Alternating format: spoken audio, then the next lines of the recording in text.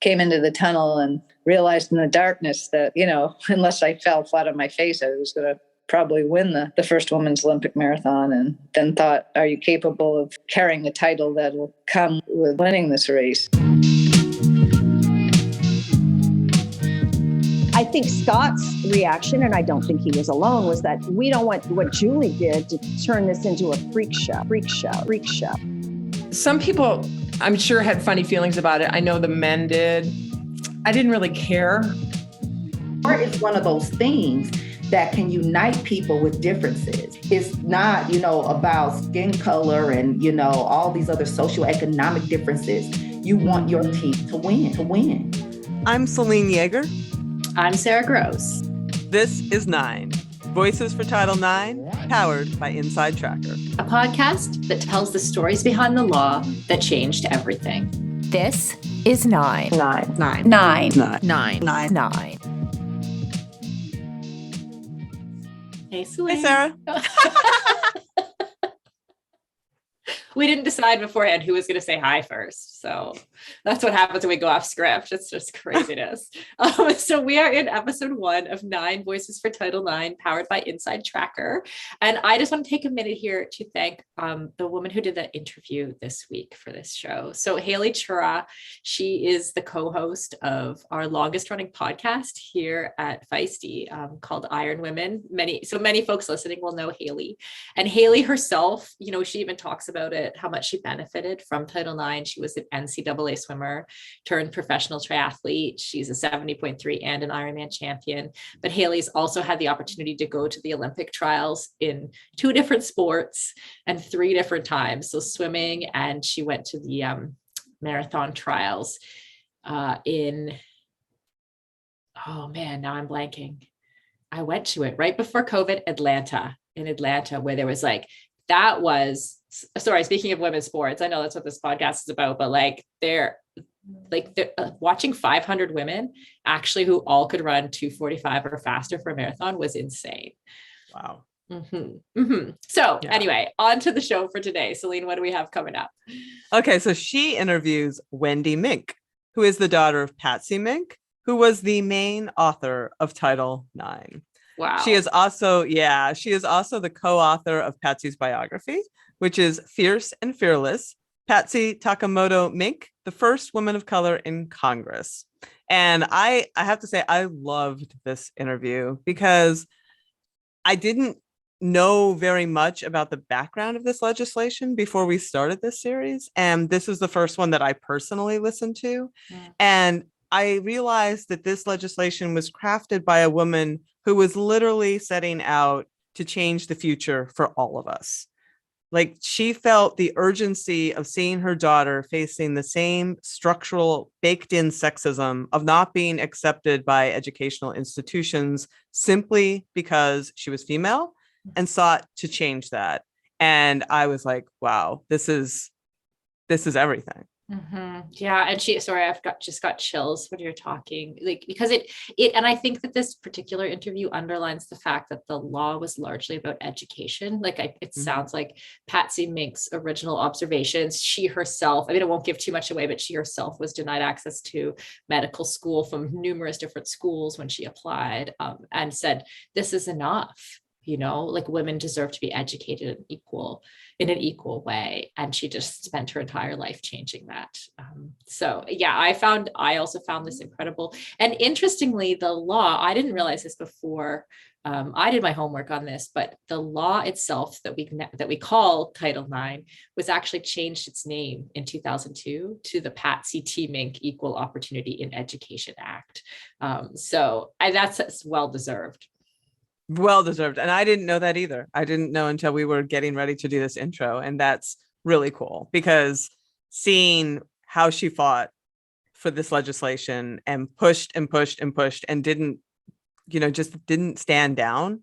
Mm-hmm. And then, her daughter calls for us all to do the same, and I think that the messages here are so important as we are seeing things that we thought were settled, law be pushed back, and nothing is ever fully settled, and there's always work to be done. And the show is a really good reminder of that. Yeah, I was really struck when she said like she felt her mom used her own sadness and despair kind of over the plight of women to press forward, like to make such positive change. And I really sort of related to that. I think sometimes, though we might not see it externally, like sometimes I feel angry, and like using that anger, like intentionally try to use that anger for the change, like to try to make change as well. So I've really related to that and loved that.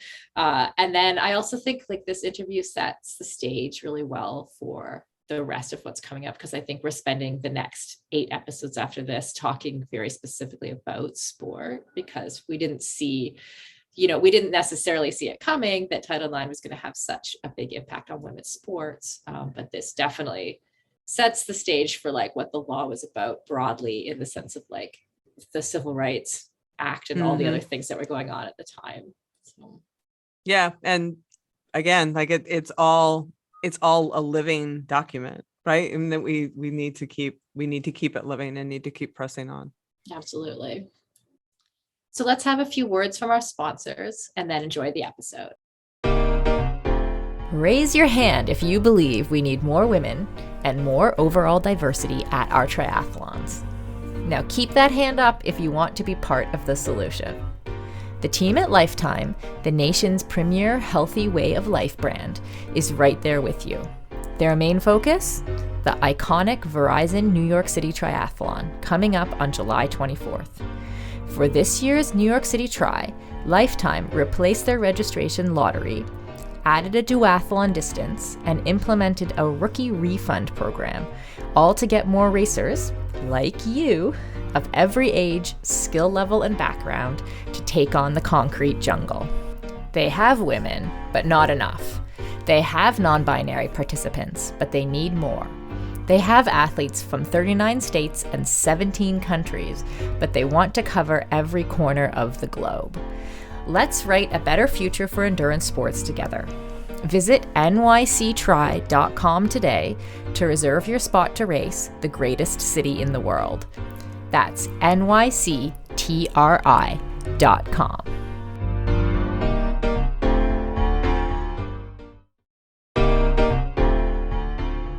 Female hair loss is a topic few of us want to talk about, but it impacts nearly 30 million women, so we should.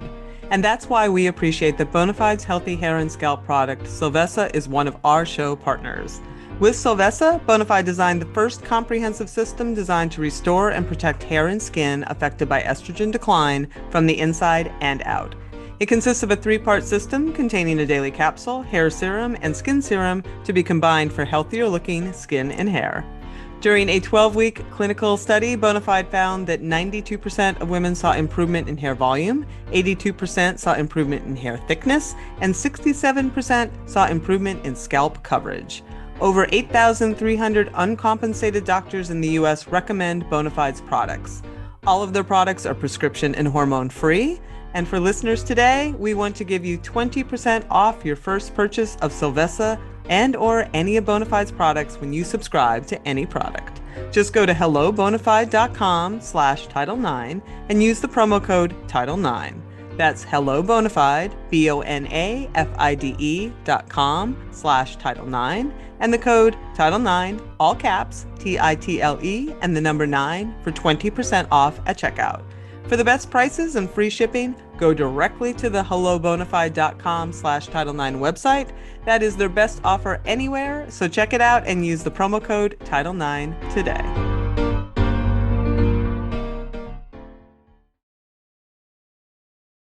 Wendy, thank you so much for joining me here today. Thank you for having me. So I just want to jump into questions here. We're going to talk a lot about your mother, Patsy Mink, and I want to start with kind of a fun question. I read that early in her congressional career, she had an issue with a swimming pool.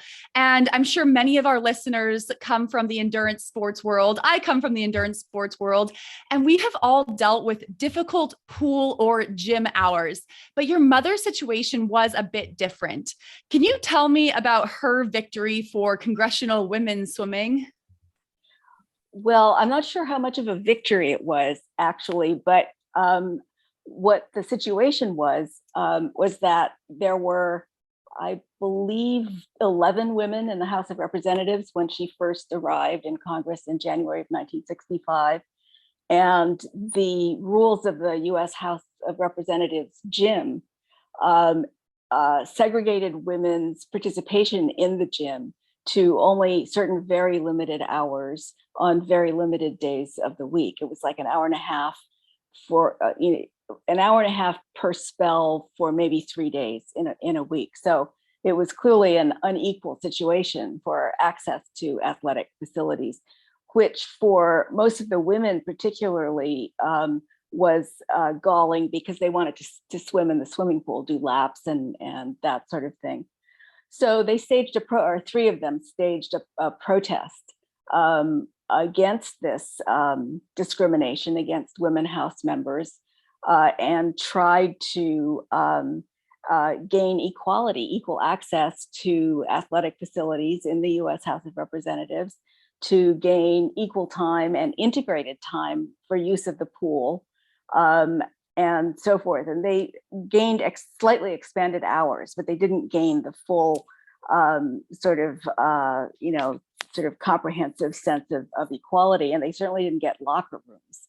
So the rest of the battle got played out 20 years later or so, but they took the first step in sort of exposing this inequality in Congress, this sort of anti-democratic exclusion of some members from participating in a place where the guys did a lot of business. You know, you hear all the time of male Congress members talking about making deals with fellow male Congress members or coming to understandings over, swimming or basketball or things like that. And the women were completely excluded from that. And so they wanted to stand up for themselves, not only for the athletics, but also for the access to common social spaces where business was conducted. Yes, and it might have taken 20 more years, but I'm sure that women in Congress today are thankful for your mom and those steps that she took and recognizing inequality and taking action to make some major changes, which is kind of a theme of her life. And one of those big changes came in 1972 when Patsy was the co-author and sponsor of Title IX, which in 2002 was officially renamed the Patsy T. Mink Equal Opportunity in Education Act. And so you, along with Judy Zuchan Wu, co-authored your mother's biography, Fierce and Fearless, Patsy Takemoto Mink, First Women of Color in Congress. It was just released earlier this month. And so you are someone, you knew your mother intimately, and you also are her biographer. So can you tell us a little bit in that same theme of taking life experiences and noticing things and taking action, how her key life experiences influenced her commitment to create legislation that was centered on gender equality in education? Well, I think that her life experiences were instructive to her, as was her reaction to some of those experiences. But she took not only her own life experiences, but the experiences that she learned from others that were also important into kind of a package of action that she thought it was necessary to carry forward into policies like Title IX. For herself, in 1999, which was 3 years before she passed away, she gave a speech in the House of Representatives about the importance of Title IX and the struggles to achieve Title IX and the struggles to maintain Title IX, in which she sort of pulled the thread through in her own life that led to her thinking about the centrality of achieving a law for gender equity in the educational context. When she was in college, she experienced race discrimination and took action against that. As a student enrolled at the University of Nebraska, she was discriminated against for purposes of housing. So that sort of strain of discrimination sort of was etched very deeply in her consciousness. As a recent or soon to be graduating senior from college, she applied to medical schools and was rejected. In some cases, she was told it was because she was a woman. In general, one can deduct that it was because she was a woman, because at the time, only 5% of enrolled students in medical schools were female.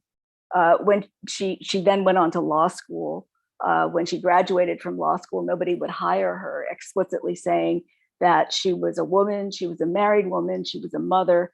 All three of that basket of excuse was proffered as reasons why firms didn't want to hire her. When she tried to take the bar exam in Hawaii after returning from law school, she was initially denied because she was married to a man who was not born and raised in Hawaii. So she was assigned the domicile identity of her husband, irrespective of her own origins and her own citizenship and so forth. So all of those kinds of experiences of exclusion and subordination and dismissal surely, sort of informed her consciousness, both in the employment arena and in the education arena. But I'd have to say, and she says this in the 1999 speech that she gave, that it was seeing sort of very similar discrimination visited upon me that really sort of sparked a sense of urgency in her mind about acting to stop discrimination in education. Because it's not so much that it was me, I was her daughter, it was that I was sort of representative of what was happening to the generation of girls that I belonged to. And it was the same stuff that had been imposed upon her generation of girls when they were coming up through the educational system. And the idea that sort of, you would have reproduced in perpetuity the same structures that held women back, held girls back, was something that she was not willing to really tolerate. And that's how she acquired the sort of burning spirit behind what ultimately was achieved of as Title IX. And you mentioned some of the inequalities that Title IX addressed, which include admissions to college, which both you and your mother experienced, housing quotas.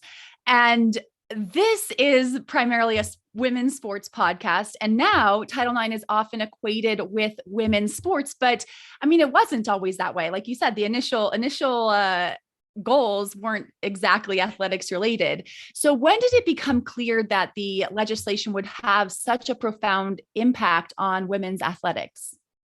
Well, during the run up to actual enactment of Title IX, Title IX as a package was not that controversial. There were little fires that burned here and there along the way, but nobody paid tremendous attention to Title IX because it was part of a much larger policy package that included much bigger fires over school desegregation and college student financial assistance and things like that. So I don't know whether the athletics lobby was awakened, the male athletics lobby was awakening in the run up to 1972, but they sure woke up fast in terms of action in the immediate aftermath of passage of Title IX in 1972, and began efforts lobbying legislators, getting them to attach provisions to various forms of legislation that would curtail the application of this gender equality concept in its implementation, to curtail it so that it wouldn't apply to athletics. And so they tried different language to amend implementation so that it wouldn't affect revenue producing sports, which meant men's football, basically, right? They tried language that would prevent Title IX from being applied to physical education activities and instruction.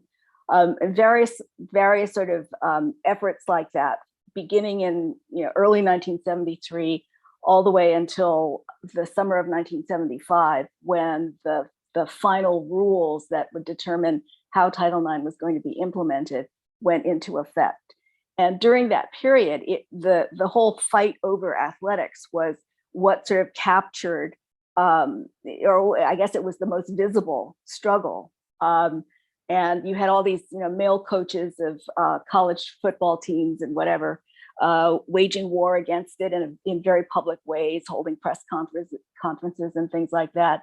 You had NCAA leaders saying that Title IX was insane. The public imagination was certainly captured by this whole question of whether or not there could be equality for girls and women in athletics. So it was never the only aspect of Title IX for sure, but it was clearly a very important implication of what equity was going to mean. And it was an implication that the status quo was not happy with accepting.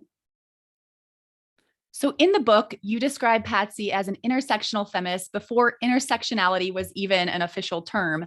And we often think of Title IX in terms of gender equality, but in writing, implementing, and defending the legislation, because as you just described, things weren't done in 1972, the struggle continued. But throughout that whole process, was Patsy also considering equality in areas outside of gender? Well, she was certainly an ardent advocate for civil rights, and she was also an ardent advocate for various educational measures and other measures that either mitigated or would set the course towards ending poverty. And those things come together in how you conceive of educational equity, right? It's not just sort of a grand theory that's pronounced that, all girls and women shall be equal, and then whoever has the means to achieve that equality can come and claim it, right? In her view, you had to have, not necessarily as part of the policy that was called Title IX, but as collateral policies, as contributing policies, you needed to have resources made available for girls and women of various economic locations so that they could access education on an equal footing. You needed to have policies in place that would make sure that the experiences that face many girls and women, for example, pregnancy and parenting, would not become impediments to pursuit of educational opportunity and so forth. And you needed to sort of approach the whole question of equality from the point of view of the least advantaged woman, the least advantaged girl, not just the girl who made straight A's in college and was bound for law school. That person needed to be guaranteed equal access too, but she wasn't the only one who was going to be part of this redistribution of opportunities to include girls and women in the United States. In 2002, on the 30th anniversary of Title IX, Patsy is quoted as saying, "While it is wonderful that many young girls and women today take it for granted that they'll be offered equitable educational opportunities, must not forget our struggle for the passage of Title IX." So in 2002, I was a junior in high school, and I was definitely one of those young women that Patsy was referring to who were taking my equitable educational and athletic opportunities for granted because I was preparing to be a collegiate swimmer at the University of Georgia. But however, since then, I will say I'm proud that I have grown up a bit and I have learned to appreciate what that kind of opportunity I had and what a relatively new experience that was for someone like me to swim in college. So when I look at Patsy's quote and I think about what she says about remembering the struggle, do you think she also means, people who have benefited from Title IX, we also just need to join that struggle and make sure we keep it? Is that what she's referring to? Oh, absolutely. That's exactly what she means. I think later in that speech, she goes on to talk about the sort of the anniversaries being not just a moment for celebrating what we've accomplished, but as moments to rededicate ourselves, each generation, to making sure that Title IX remains a living, breathing policy, making sure that girls and women know it exists and can deploy it, and make sure that the guidance and regulations that determine how it's going to be enforced and implemented are written in a way that will help the people that are intended to be the beneficiaries of Title IX. So she calls for vigilance, and that means for all of us.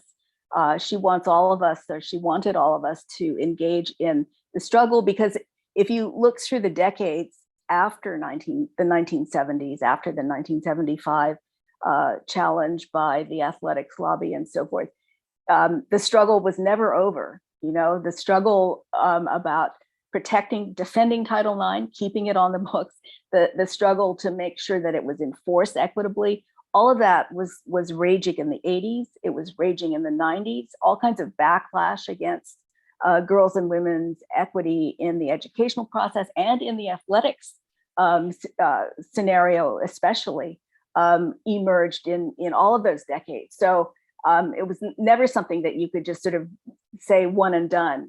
Okay, we have equality now. Let's rest on our laurels.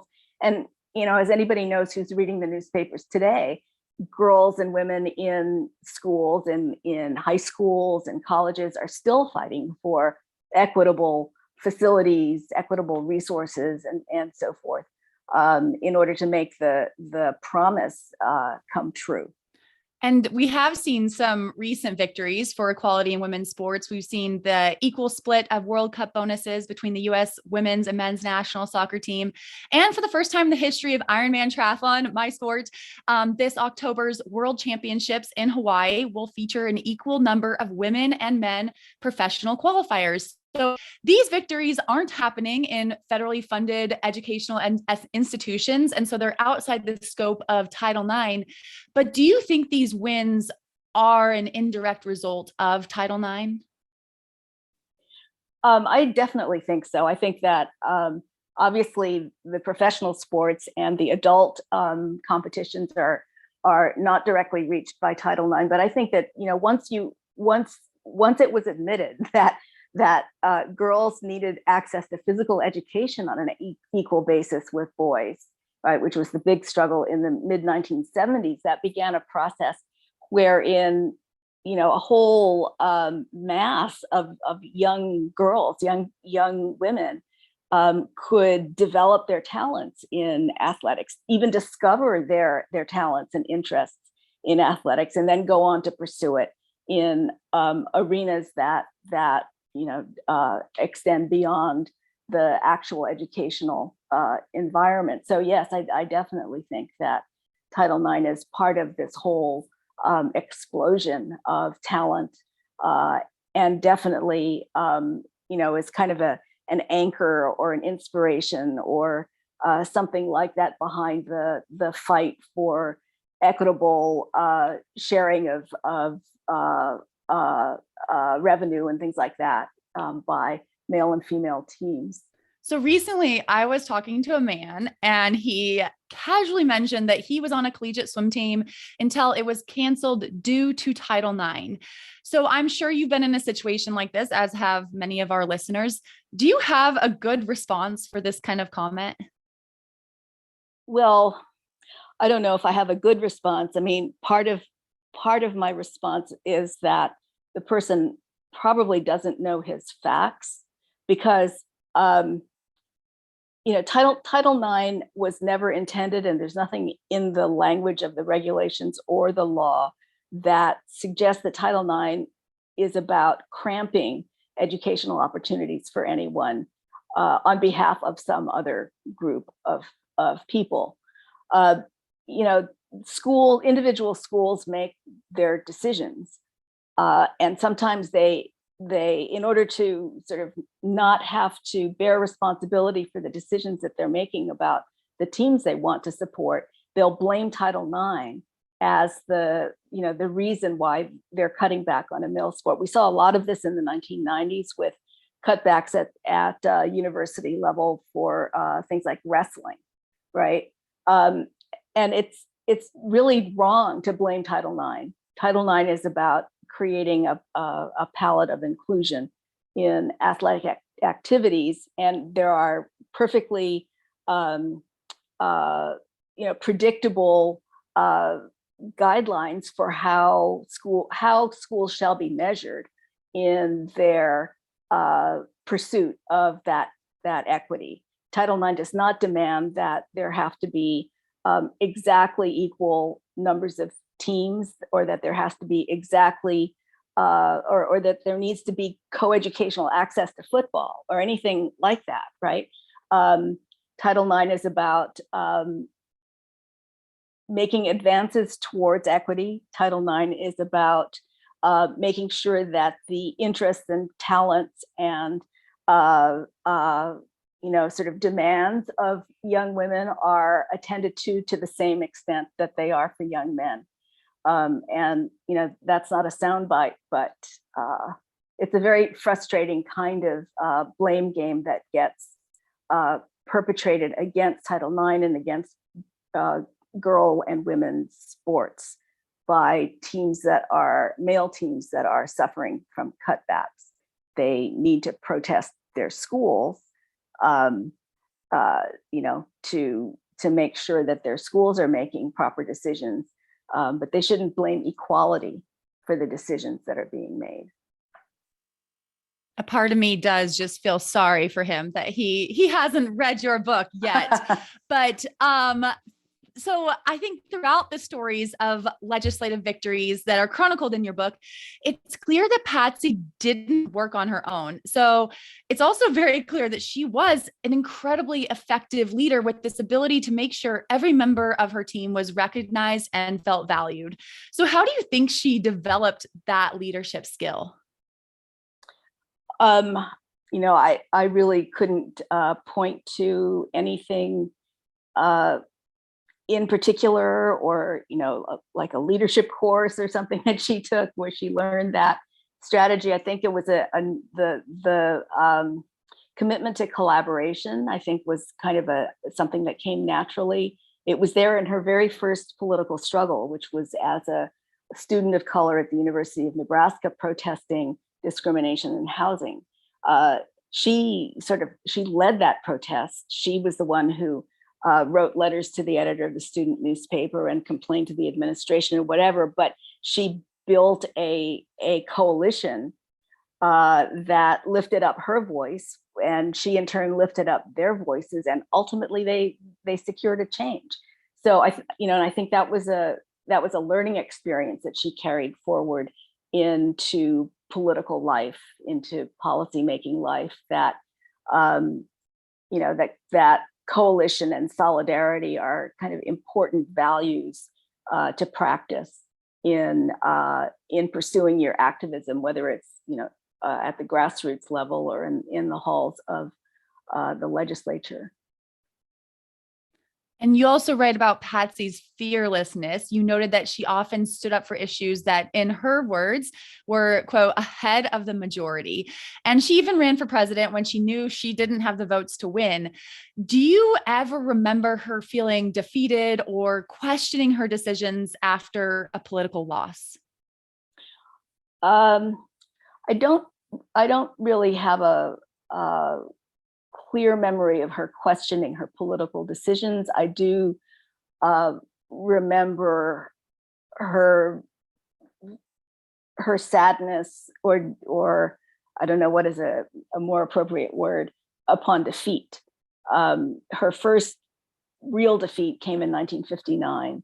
Hawaii had just been admitted as a state. Candidates were running for the U.S. House of Representatives for the very first time in the new state.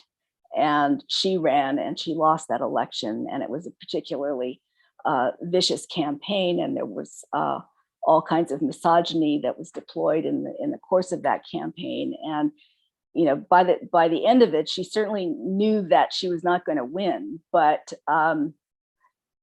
when she did lose, when the loss was confirmed on election night, she despaired. I think she despaired for 24 hours over the ways in which stereotypes and biases, bigotry, could sort of shut people down. But she was never somebody who sort of remained in that frame of mind for long. She always sort of would take a feeling of sadness or frustration or anger or despair and try to turn it inside out into sort of a reason to press forward politically. You may not be able to press forward in the way you thought you were going to be going, but you could still press forward for the things that were your goals in the first place, which for her were always issues like peace, like equality, like social justice, like the environment, right? I mean, none of those things depend upon a single individual winning a single election, right? So her whole philosophy was, she would have, really been happy to be a champion in elective office at that moment. But if she's not, she needed to figure out other ways to keep those fights going, to sort of keep on keeping on. And how lucky we all are that she didn't stop in 1959, because she did so many incredible things after that. I want to ask about you, because you grew up as a child of a public figure, and a public figure who had so many firsts to her name. What was that like for you? Well, when she was doing the first thing, which was primarily 50s and 60s and a little bit maybe in the 70s, she wasn't self-consciously trying to be the first anything. She was sort of doing what she felt called to do. So I wasn't really aware that she was a first. I mean, sometimes my father would say, "Oh, so did you know that you're the first, blah, blah, blah," whatever the situation was. But that was not really the sort of at top of mind around the dinner table, for sure. The wider public didn't herald her as a first during those years either. The wider public treated her as an anomaly, as sort of as a thing to be explained, not as a new accomplishment to be cheered. So I never had the sense from sort of the public's reaction to what she did, whether it was becoming a practicing attorney in the territory of Hawaii, or being elected to the territorial and then the state legislature, or being elected to Congress. I never had the sense from the general public that she was accomplishing a first. I had the sense that she was considered an anomaly, and by enough people considered an anomaly in a good way, that she, would win elections. My main experience of childhood was mainly around the issues that she was fighting for. And I was somehow both a very nosy child and also, I guess, a child with a deep political sort of curiosity. So I paid close attention to the political work she was engaged in. And that was probably unusual for the time, but it certainly made for a fascinating childhood to, go to protests and rallies and watch other people recruit, support, and help my mother, and watch my mother assist in all of that. That was probably a very different childhood than most. And you did sort of follow in her footsteps as an activist and have continued her work. Did that feel like, I mean, it sounds like that was totally by your own initiative? That, again, I do think you're talking in your book about being 6 years old and recognizing the importance of what your mother did. And I think that's incredible. I mean, I do think that is a little unusual, but you didn't necessarily rebel and think, I need to do something totally different. You felt comfortable following her path. Do I have that right? Yeah, well, I was, maybe this is a strategy that she and my father self-consciously adopted, but I don't think so. First of all, I was an only child, and so it's probably easier when it's just one child that's involved in this kind of dynamic. I was very integrated into their activities, and it was a different time where you could take your kid to lots of places that you wouldn't necessarily take your kid today. So I got to see a lot of what she was working on, and I could see not only how important it was to her and how important it was to my father, but also why it was important. Like when I would go with her to picket lines with striking workers, I could see why it was so important that those workers got some justice in their demands for a higher wage, kind of thing.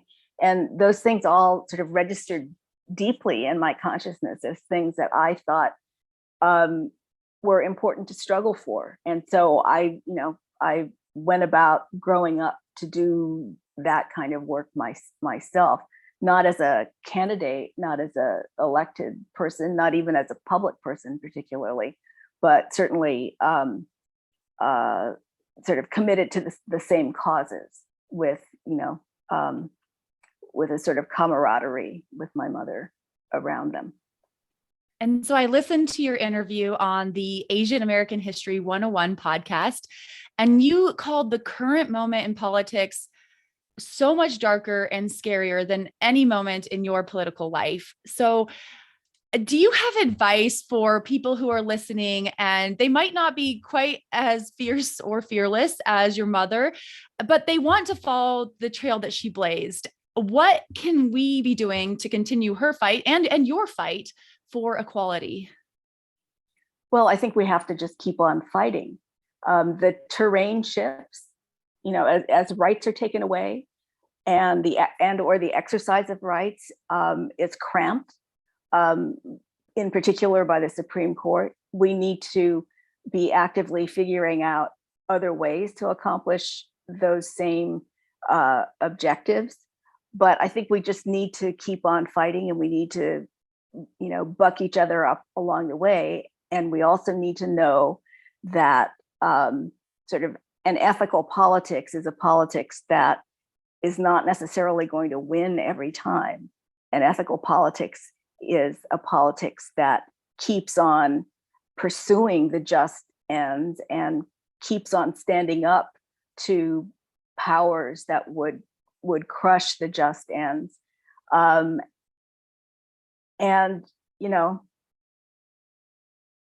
That's about it. We just need to keep on keeping on, really. And I hope there have been dark times in the past for sure. And I think we can learn from my mother's life and from her and other, activists who have had long political careers. We can learn something about how important it is to articulate the just arguments, to wage the politics of principle and so forth. Even if in the moment that you're doing that, you don't win, a year down the road, you might have a new platform to re-insinuate those ideas into a new and larger context. So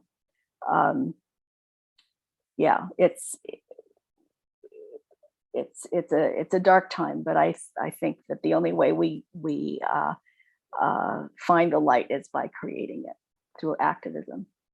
Well, Wendy, thank you so much for joining me today. And I so appreciate you talking about yourself and your mother. I really appreciate your book, Fierce and Fearless. We'll definitely include a link to that in our show notes. So hopefully all of our listeners pick that book up. And I'm also just so thankful. I'm glad I get to talk to you as the dog goes crazy in the background. I don't know if you can hear that, but I'm so grateful I got to talk to you, because I recognize now again that my life would be totally different without your mother's work, without your work. And so I am thankful, and I'm going to take this interview in our conversation and do what I can to stand up and to continue that struggle, because it is terrifying to think that others might not have the opportunities I've had, but I'm thankful for the help I've had in getting to where I am now. And I am hopeful that myself and a lot of our listeners do keep that fight going, even when things seem bad, over time, as you said, your mother's life shows, we can make real progress. So thank you. Thank you very much. Whether you run, ride, hike, or swim, you understand what it means to push harder, reach farther, and go the extra mile. This relentless drive runs in your blood. That's why Inside Tracker provides you with a personalized plan to build endurance, boost energy, and optimize your health for the long haul. Created by leading scientists in aging, genetics, and biometrics, Inside Tracker analyzes your blood, DNA, and fitness tracking data to identify where you're optimized and where you're not. You'll get a daily action plan with personalized guidance on the right exercise, nutrition, and supplementation for your body. And when you connect Inside Tracker to your Fitbit or Garmin, you'll also unlock real-time recovery pro tips after you complete your workout. It's like having your own personal trainer and nutritionist in your pocket. For a limited time, you can get 20% off the entire Inside Tracker store. Just go to insidetracker.com/Feisty. That's insidetracker.com/Feisty.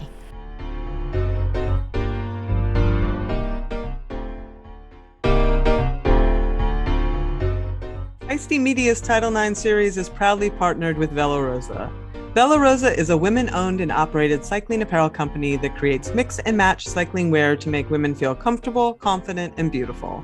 Created by two avid women cyclists, they know the importance of high-performance biking shorts and jerseys that fit a woman's body. It doesn't work to shrink and pink men's gear and expect it to work for women. Vela Rosa believes cycling wear should be fun, comfortable, and visible. You want to be bright and to be bold and be seen. Vela Rosa's collections are designed to mix and match with coordinating kit pieces that allow women to get more mileage out of their cycling wardrobes. New for 2022, a completely redesigned cycling tank, reflective safety tabs on all of their tops, and more long-sleeve options for those chilly morning rides. You'll find tons of great reviews on their site from women who love Vela Rosa gear. Their 5-star rated shorts prove that when women try them, they love the fit. Particularly the yoga waistband, power leg bands, and the super soft, all black, what stains, chamois. Whether you like to ride pavement, gravel, dirt, or your local trail system, cycling is about the community. Join the sisterhood of cyclists that is Vela Rosa today. Enter Feisty15, that's all caps, FEISTY, number 15, at checkout, and receive 15% off of order of full-priced cycling wear at velarosacycling.com today.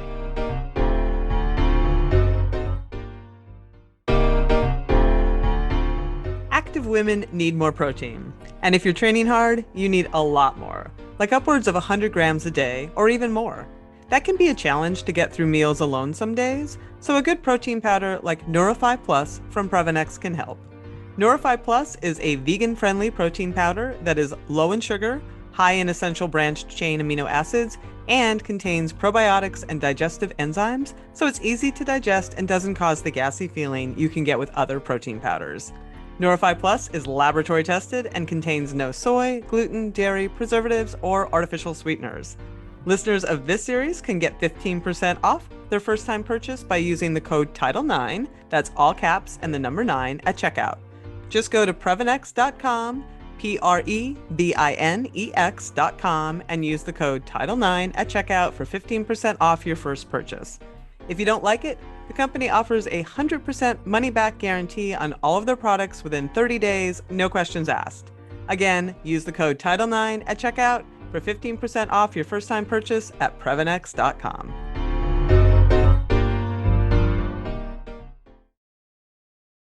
Wow, what a great kickoff to this series. I want to thank Haley especially for such an awesome interview. And Sarah, who do we have up next week?